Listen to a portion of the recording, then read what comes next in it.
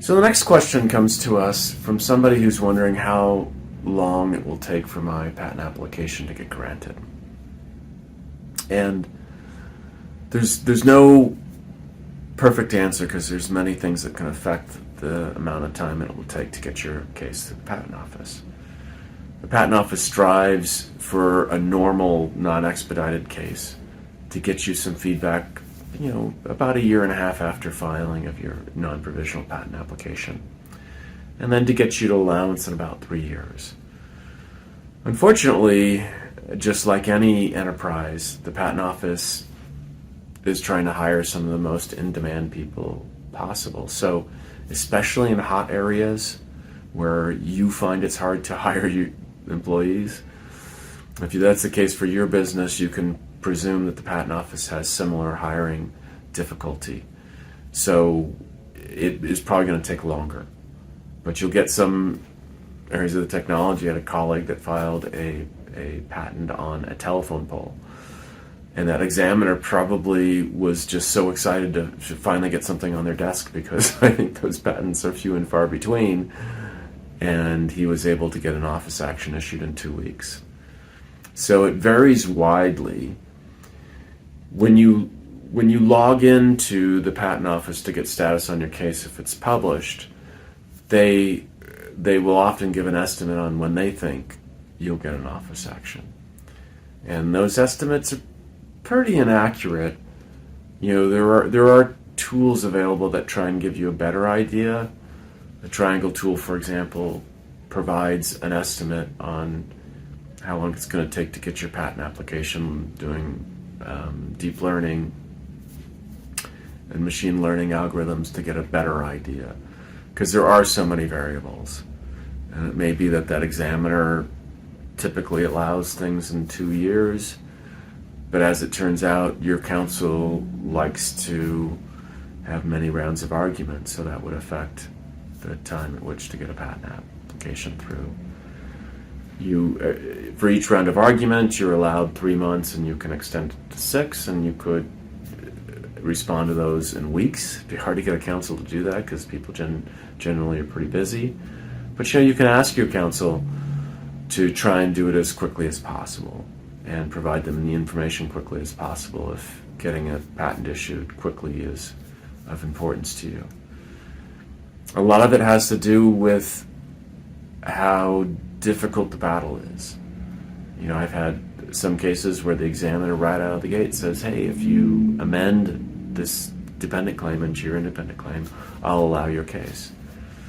And in that particular one, the client is not interested in a claim of that scope.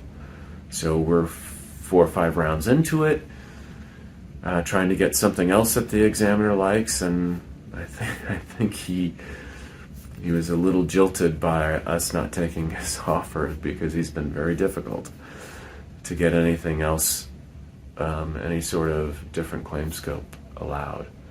So each round of argument is going to take, depending on how long, if you're putting together a response in 3 months, it might be 6 months per round. So 4 or 5 rounds, that's 2.5 years. So it is substantial, and sometimes you can get some of that patent term back, extend the patent if the delay was because of the patent office being slow.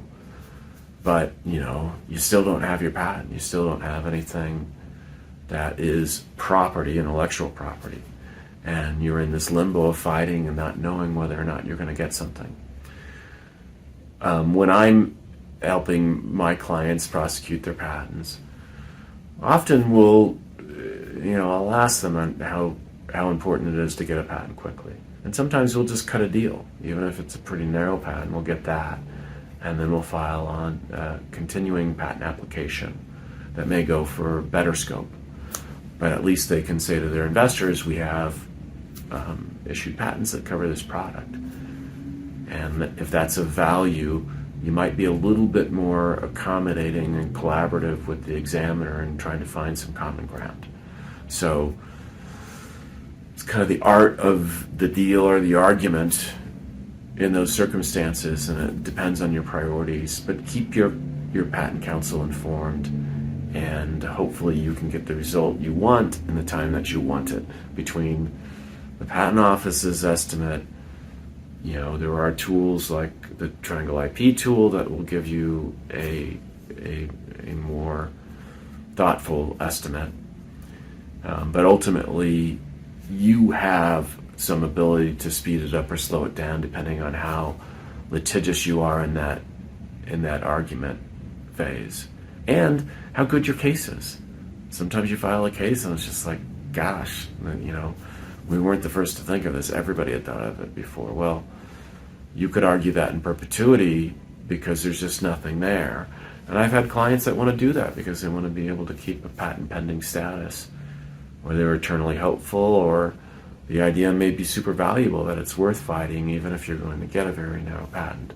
So all of those sorts of things will affect timing. But there are tools that will give an estimate based on kind of averages on what they think would happen. But it like anything, it all depends. So I hope that answers your question. Probably not, because if you're asking the question, you're probably eager for a patent, and there aren't good answers. So, but ask your counsel. That's a completely fair question. When do you think this will issue, and how likely you think it is to issue?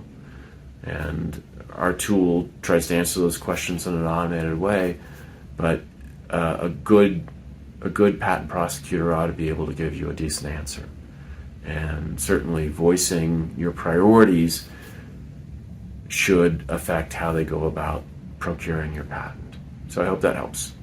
If you have any follow-up questions, put them down below. Or if you have any other questions you want me to answer in a future video, the same thing.